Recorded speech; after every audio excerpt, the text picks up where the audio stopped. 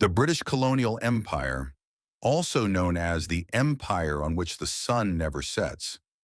Although the British began their overseas colonial activities later than Portugal, Spain, and the Netherlands, they nevertheless went down in history as the empire that possessed the largest colonial territories.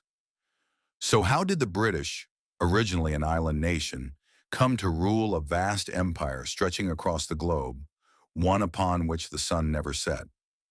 Let us explore the answer to this question together. Until the 15th century, Europe largely pursued an inward-looking political approach and was mostly preoccupied with the destructive wars between the French and the English. However, after the 15th century, due to population growth and the desire to achieve new economic gains, Europe was compelled to open itself to the outside world. With the invention and widespread use of the printing press, gunpowder, and the compass, European states, especially Spain and Portugal, turned toward the open seas. European sailors left their first overseas footprint in Ceuta, North Africa. Ceuta became the first colonized territory in history when it was captured in 1415. Over time, the new lands discovered by the Portuguese and Spanish through colonialism, along with the cheap labor they acquired, whetted the appetite of the British as well. As a result, from the late 15th century onward, the British also began engaging in overseas colonial activities. The first British overseas expedition began in 1496, when King Henry VII commissioned a sailor named Giovanni Caboto, John Cabot, to find a route to Asia via the North Atlantic. In 1497, Caboto reached Newfoundland, within today's Canadian borders, with 5 ships, but he made no attempt to establish a colony. After staying there for about a year, he set out again the following year for further exploration, but no news was ever heard from him again.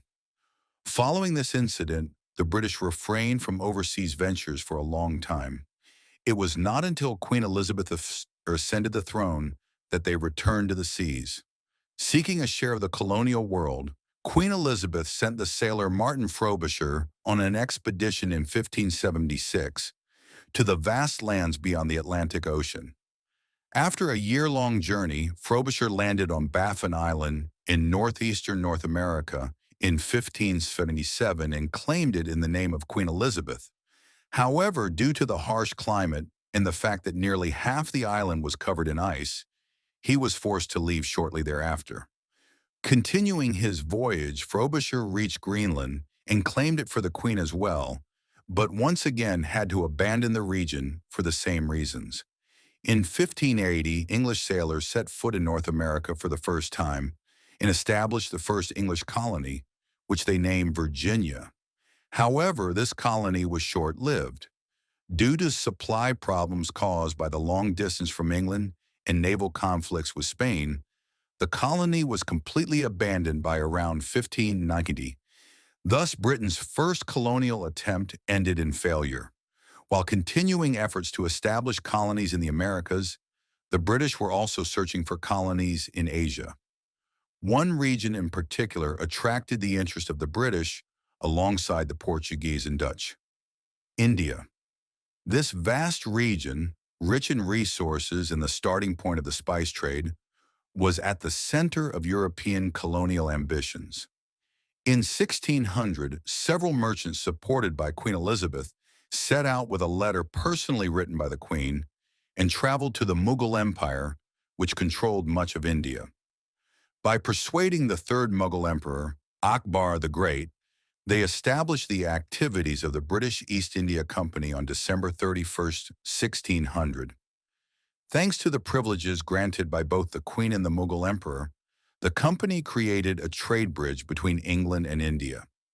In 1601, the company expanded its sphere of influence to the Malay Peninsula and Java in the East Indies, and in 1602 it established its first permanent trading post on the island of Java.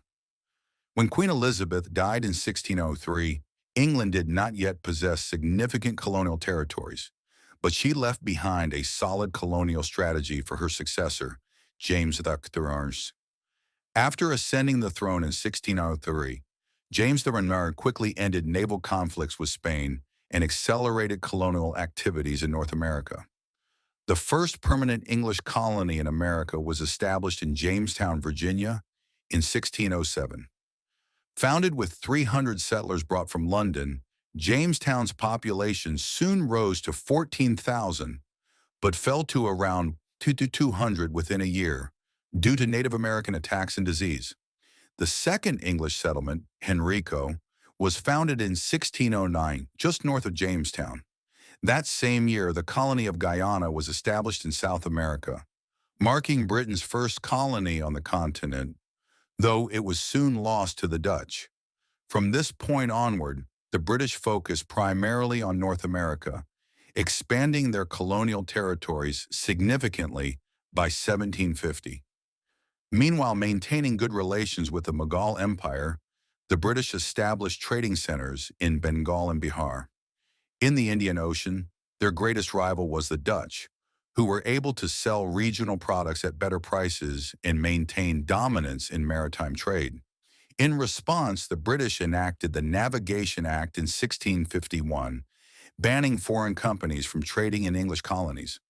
The Dutch viewed this as a deliberate blow to their shipping industry, leading to 3 Anglo-Dutch naval wars between 1652 and 1672, none of which produced a decisive victor. During this rivalry, France entered the Indian power struggle through the French East India Company. The French built factories in Surat in 1669 and Calcutta in 1690. However, due to their long-standing strong relations with the Mughal Empire, the British were granted control of several villages in Calcutta and Madras by Emperor Aurangzeb, marking their first colonial holdings in India. Following Aurangzeb's death in 1707, political authority in India weakened, and local governors began acting independently. Taking advantage of the chaos, the British East India Company formed its own military forces composed of trained Indian soldiers. This brought the British into direct conflict with the French in India, while Anglo-French rivalry also intensified in North America. The expansion of British colonies inland in North America led to clashes with French forces, culminating in the outbreak of the 7 Years' War in 1756. Britain emerged victorious, capturing French territories in North America and India. The Treaty of Paris, signed on February 10, 1763, transferred all French colonies in these regions to Britain, effectively doubling Britain's colonial holdings in America. However, Britain's attempt to offset war debts by imposing new taxes on its American colonies triggered the American War of Independence. The war ended in 1783 with British defeat, and Britain lost all American colonies except Canada. Despite this setback, Britain quickly expanded elsewhere, into Africa, Australia, and Asia, eventually ruling territories across 5 continents.